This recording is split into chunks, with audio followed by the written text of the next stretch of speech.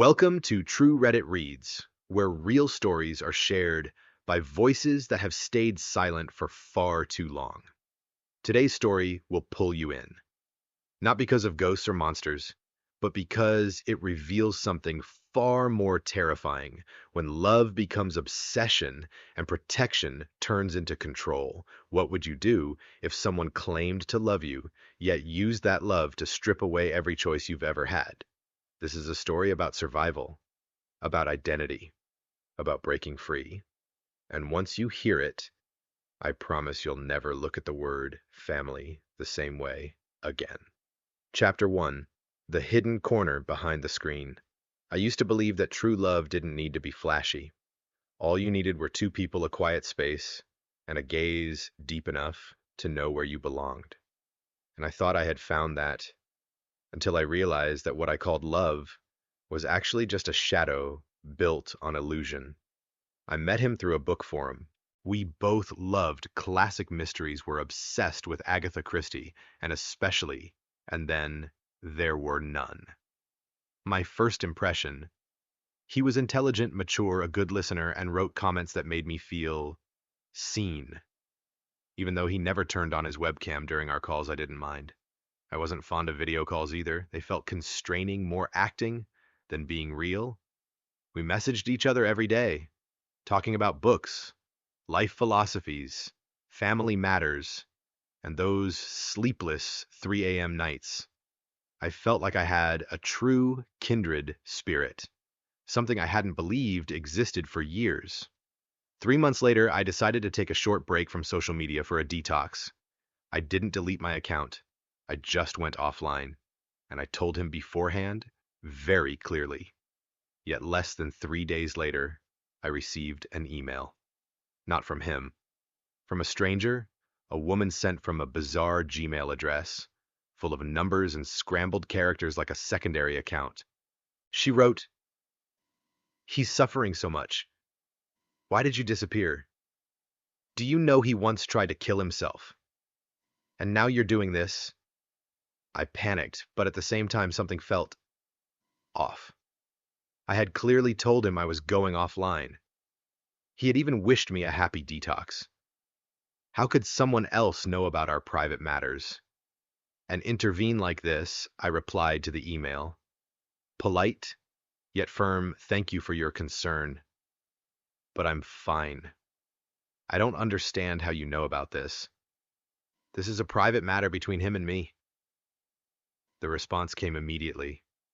Long. Confusing. She said, "I'm someone who used to love him. I know him better than you. You should be careful. Don't trust what he says." I didn't know how to feel. I forwarded the email to him as a way to warn him, but instead of explaining, he just replied tersely, "She's back again. Sorry you had to see this." I didn't ask any questions. I didn't overreact.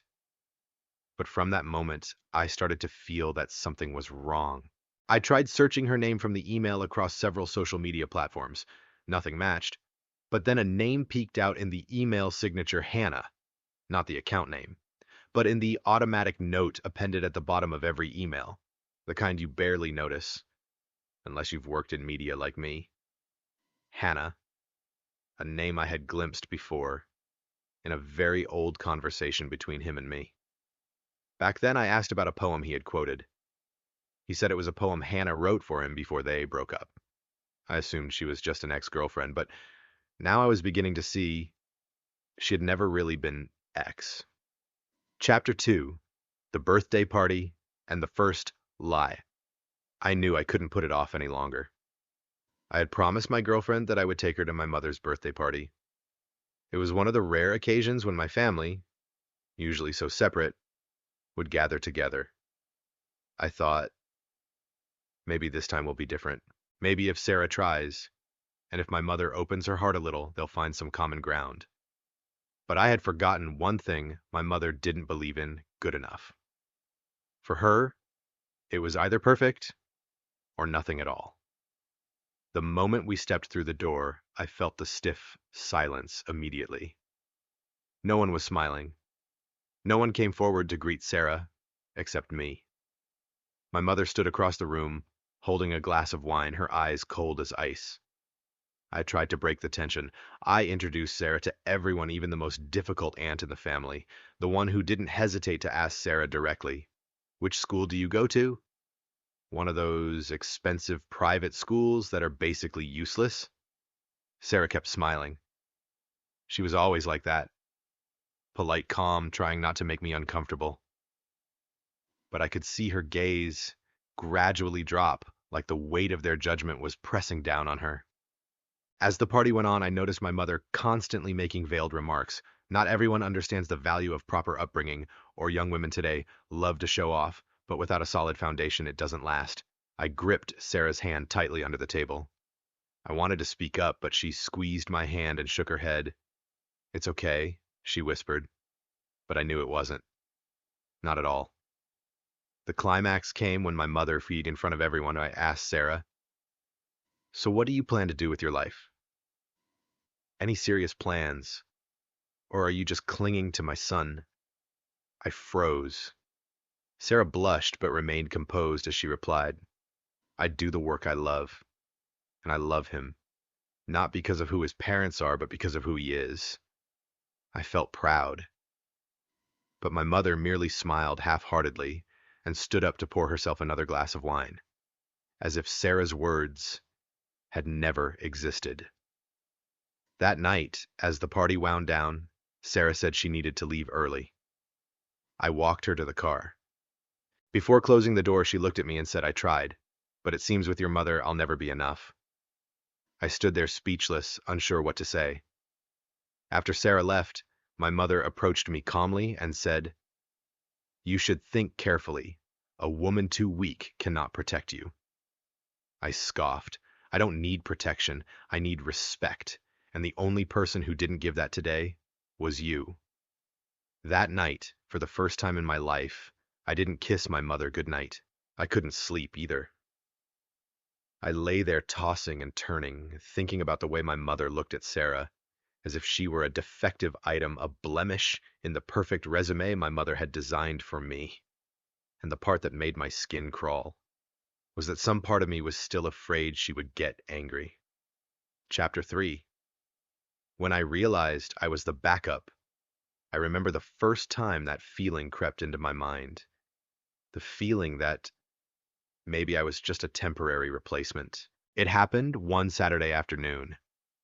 My boyfriend, his name was Jason, and I were sitting in our usual coffee shop when he started talking about an old friend who had just moved back to town. I smiled and out of curiosity asked who it was. Jason looked at me, hesitated slightly, and then said her name. "Anna." I don't know why my heart started racing. Maybe it was the way he said her name. Soft, gentle, as if it carried 1,000 memories. I asked him, "Did you two date?" Jason laughed a kind of laugh that didn't answer, but didn't deny either. "Just the past, baby. Don't worry about it." But I did worry. Not because of Anna. I had never met her, but because of Jason. Because of the way his eyes drifted out the window when he mentioned her name. A faraway look. One I had never seen when he looked at me. I'd tried to brush it off, telling myself everyone has a past, but then one day I accidentally came across an old photo album of Jason's. Inside, there was a picture of the two of them, Jason and Anna, laughing hand in hand. What sent shivers down my spine wasn't their smiles, but the dress Anna was wearing. It was the exact same dress Jason had given me for our 6-month anniversary. That dress I had thought he chose it because it suited me. But it turned out it was the dress Anna had worn. I felt like I had been slapped in the face. I started to scrutinize everything, the way Jason called me by certain nicknames. Odd ones. Odd because they didn't relate to me at all. I had assumed it was just his creativity. But now I suspected maybe those were the same nicknames he had used for Anna. I began to feel like I wasn't truly myself in this relationship, that I was a copy, a substitute version of someone he hadn't been able to forget. I tried to confront Jason. I asked, "Do you still have feelings for Anna?" Jason dodged. "You're overthinking. You're my present." But the present didn't mean the only one. And it didn't mean genuine. I felt like an actor in a play, chosen not because I was right for the role, but because I had shown up just as the original actor had left the stage. Chapter 4: Messages That Weren't Mine. About a week after I changed all my passwords and deleted every tracking app, I started to feel a little more at ease. Jack and I were in this strange state. No fights, no hugs, no sharing anything anymore.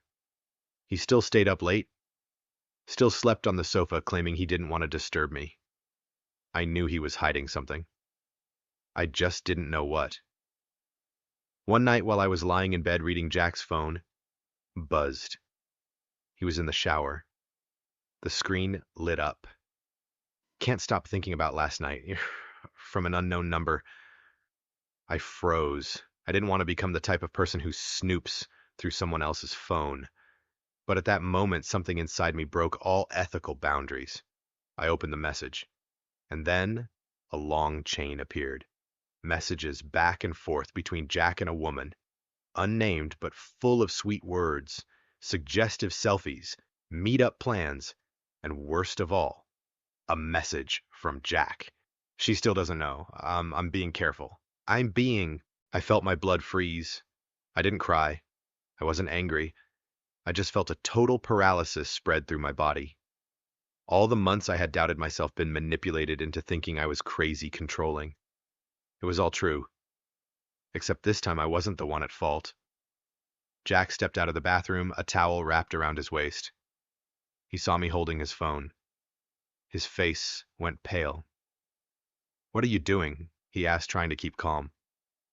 I held the screen up to show him. "What is this, Jack?" He stepped closer, trying to snatch the phone. I moved away. "You're cheating, aren't you? With the woman in these photos? Or is there someone else I don't know about?" He stammered, then seemed to explode. "You've invaded my privacy. You control me all the time." I laughed bitterly. "I control you. You're the one who tracked me with apps. You're the one pretending to love me while sleeping with someone else. And now, you blame me for discovering the truth." Jack went silent. I didn't scream. I didn't cry. I just quietly walked to the closet, pulled out my suitcase, and started packing. "Where are you going?" He panicked. "I'm going to my mother's house. And if you have any self-respect left, get out of this house before I come back." Chapter 5: A Stranger in the Clothing of Family. I don't know exactly when things slipped completely out of control, but I know the exact moment everything collapsed. It was when my mother held the baby that I should have been holding first, my son, and called him by the name she had chosen long before he was even born. Her child. Not my grandson, not your child, but my child. I saw people laugh, thinking she was joking, but I couldn't, because I remembered every whispered word from her in the night, every page of notes she had written about being a mother again, every prayer she had sent to the universe, asking for her son to return to her. I had thought she was just grieving. I had thought it was her way of coping with loss. But no, this was a plan. Throughout my entire pregnancy, she had been finding ways to control me, from what I ate to where I stayed. She claimed it was for the baby's well-being. But now I understood. She wasn't concerned for the baby. She was preparing for her child. Even when I was in the delivery room, she tried to barge in, tried to push my husband out. She said, "He's too weak. He can't handle the sight of blood." But the truth was, she just wanted to be the one delivering the child, the first to hold him. When I refused, she became furious. Her eyes went blank. The sweetness in her voice vanished. She whispered, "You can't stop me. He's mine. You're just a vessel." I shivered. The woman who had cherished me as a child now looked at me as if I were disposable. I didn't know what to say to my husband, or to the doctors. Who would believe that my own mother wanted to steal my child? I tried to stay in the hospital longer using my weak health as an excuse. I needed time to think. But she kept coming, every day, standing outside my door pleading to take my son home. Not me, my child. My husband grew worried, and finally, he believed me. We agreed we would leave. No warning, no calls, no forwarding address. The day we left the hospital, I held my son trembling, not from the cold, but because of my mother's eyes following us. It wasn't the eyes of a loving grandmother, it was the eyes of someone about to lose the only thing they had ever lived for. Chapter 6. The Ambush in the Park. I knew sooner or later this day would come. I just didn't expect it to happen on such a peaceful morning. Bella and I were walking in the park near our home, her favorite place. The sun had just risen, light filtering through the trees still shrouded in mist, and for the first time in weeks, Bella was walking without limping. I thought maybe we were finally starting to heal. I had put the plan aside for a few days, spending time with Bella, focusing on simple, ordinary moments. Part of me thought I was about to win. The rest was just exhaustion. I let my guard down, and they knew it. I had just turned a corner near the public restroom when I saw Marcus step out from behind a brick wall. No uniform, no dignity, just a tired man, eyes wide with panic. He didn't say anything, just stared at me. Then from the other side, another man appeared. I recognized him immediately, the suspended cop. Bella growled, her teeth bared as if she understood that something very, very bad was about to happen. I stepped back, but they closed in. Marcus spoke. "You know too much." I didn't wait to hear more. I screamed, stepping backward while reaching for my phone, but one of them snatched it from my hand and smashed it against the ground.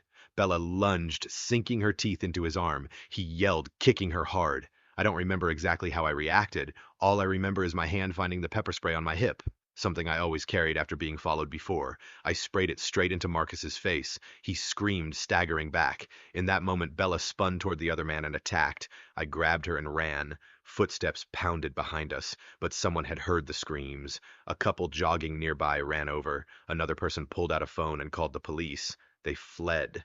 I collapsed onto the grass, hands shaking from adrenaline, holding Bella tightly. For the first time, I was truly scared. I realized this was no longer just a legal battle or a game of intimidation. This had become a fight for survival. Chapter 7. The True Face. I never thought I'd hear my own mother speak like that. But that day she stared at me, unblinking, her voice flat as if reading a sentence of judgment. "I've tried to teach you. I've protected you from everything that could make you weak. But you betrayed me. You chose it. It, in this case, was Emma." I stood there trembling. Not out of fear, but because for the first time I realized she was no longer my mother. No longer the woman who held me during power-out nights. No longer the one who cooked porridge for me when I had a high fever. She was just a woman, standing in front of me, cold eyes fixed in hatred, clear in every word. I asked her, "What did you do to Emma?" She smiled. "I just showed her who truly decides your life. It's only a small lesson. If you wake up, everything will go back to the way it was." "No, there will be no way it was anymore," I said, my voice trembling but firm. "You have no right to control someone like that." She stepped closer. "I am your mother. I gave you this life. I have the right." I took a step back. "No, mother. You used to be my mom. Now, you're just someone trying to break me." I walked away after saying that. For the first time, I didn't look back. Didn't wait for an explanation. Didn't hope for a tear. Emma was in the hospital, slightly shaken, a few scratches from the staged accident that someone had orchestrated. The police hadn't confirmed the details yet, but I knew. I didn't need proof. I had seen the way my mother looked at Emma, like a thorn that needed to be removed. Emma smiled when she saw me. She grabbed my hand, whispering, "No matter what happens, I still trust you." I cried, not out of weakness, but because for the first time in my life, someone trusted me without trying to control me. A few days later, I left home, moved in with Emma, cut all ties, Phone numbers, email, social media, I changed them all. I knew if I didn't, I would never escape that shadow.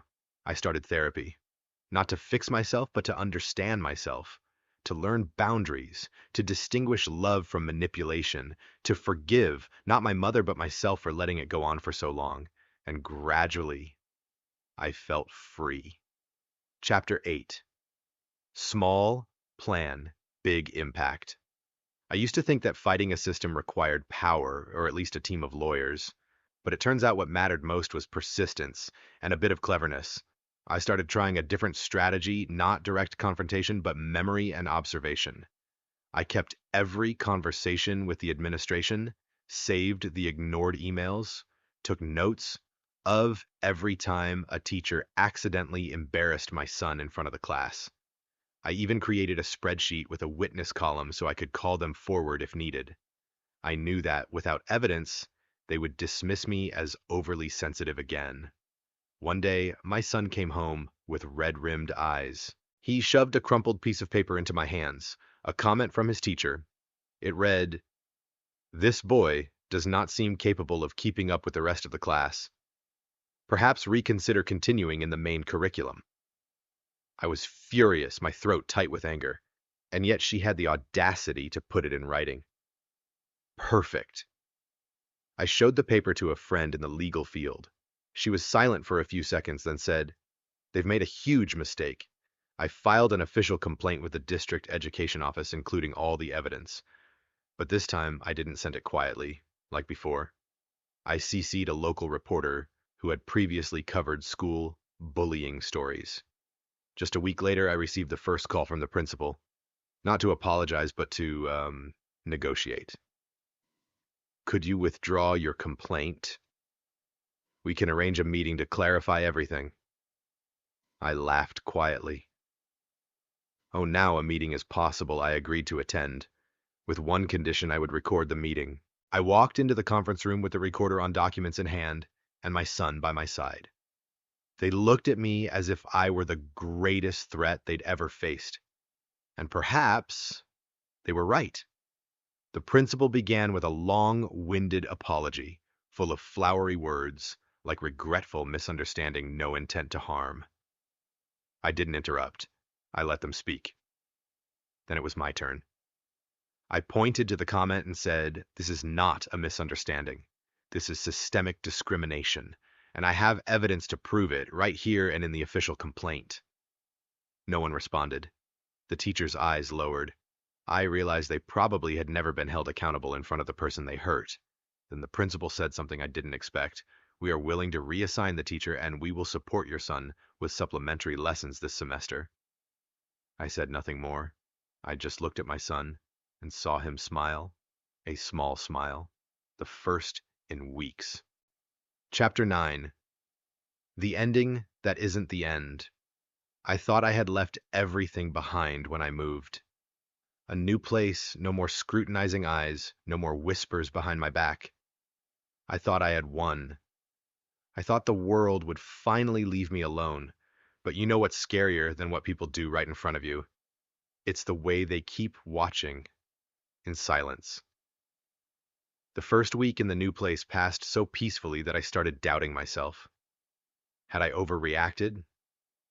Was it all in my head? But then one night I saw it. The car. That familiar license plate. Parked 2 blocks away, lights off, clearly watching. I told myself it was a coincidence, that everything would be fine. But this time I wasn't the same person I had been before. I had learned to be prepared. Security cameras, a video doorbell, everything installed. A week later, there was an intruder. But this time, I had proof. The police arrived within 10 minutes. And there, right in front of my house, was the person I once trusted as a friend, handcuffed. She claimed she was just visiting. But who visits at 3 a.m. wearing gloves, carrying a folding knife? I didn't need to say a word. The cameras spoke for me. Evidence doesn't lie. Evidence can't be twisted. Now she sits in a holding cell awaiting trial. And I am no longer the victim. I'm sharing this story not to scare you, but to show you that trust isn't something you give away freely. And if someone makes you feel watched, manipulated, maybe you're not crazy. Maybe you're seeing something the whole world is trying to make you ignore. I used to stay silent. I used to not want to make a scene. But if I had kept quiet, I wouldn't be here telling this story. So if you have doubts, listen to your instincts. Act. Protect yourself. And if you feel alone, remember you are not. And that was my story. A story about how the people who say I love you the loudest can sometimes be the ones who silence you the most. But here's what I've learned: you are not selfish for choosing peace. You are not cruel for setting boundaries. And you are not ungrateful for walking away from toxic love. If any part of this story felt familiar, I want you to remember this. You are allowed to be free. You're allowed to be happy.